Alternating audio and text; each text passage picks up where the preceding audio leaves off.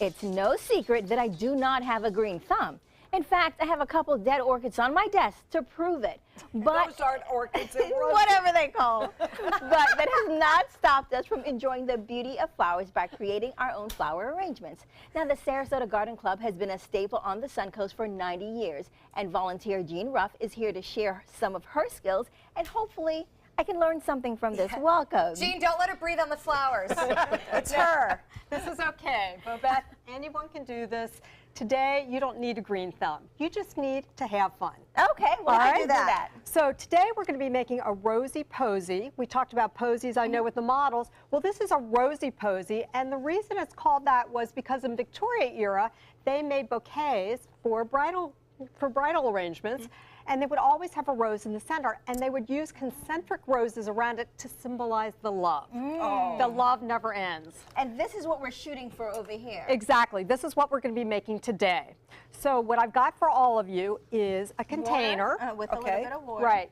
And what I started with today was I started with some Oasis. This is green Oasis. And you can get this at any store, Michael's or Joann Fabric. It's really easy to buy. Then you let it soak for about 20 minutes. Okay. Then it feels really cool, And then it feels really spongy. Now, one thing that people often make a mistake is they buy foam that's for silk flowers and not for fresh flowers. So you need to make sure that you get for the fresh flowers. There is a difference. Good to know. All right, after you soak it, then you want to put it into your container. So we've got your containers here. And what I did was I put a little reindeer moss. And again, you can get this at Joann's Fabric, just a little moss around so you don't see the green on the Oasis. Oh, yeah. See how nice that is? That's great. Because you don't want to see that green. It just doesn't look too cool. Then what we're going to do today is we're going to take our roses, and each one has a different color rose, and we're going to start like a clock. So the first one we're going to put in the very middle. And I've cut them to the size already. You at home will have to use a little Do I scissors. stick it all the way down? You stick it down about 1/4 of an inch to a 1/2 an inch down, straight down in the middle. Okay. And if you're at home, you're probably going to use the scissors to cut the ends off to make sure they're nice and fresh. Okay. Then you're going to think of your container like a clock. So you're going to put the first one at 12 o'clock, and you're going to have it going out horizontally because it's going to bring interest. The problem that I had to figure out where 12 o'clock was? Yeah. Okay, well, we'll start with the beginning, the basic. Then you're going to go to 3 o'clock, and again, you're going to push it in about a 1/2 of an inch. 3 o'clock. Okay. And yours have squares, so that's really easy to tell the time on the squares for yours. And then you're going to go, of course, to 6 o'clock. You getting this, Bobette? You're getting good at this. All right. See, everyone can do this. And then, of course, you're going to 9 o'clock next. And you've got your 4 flowers. This is the foundation for your arrangement. See how it's coming about? Yes. And you can do this with any type of arrangement you're doing. This is a great basic. Now what you're going to do is you're going to fill in, going in that concentric circle with the rest of your roses until you have a nice design forming.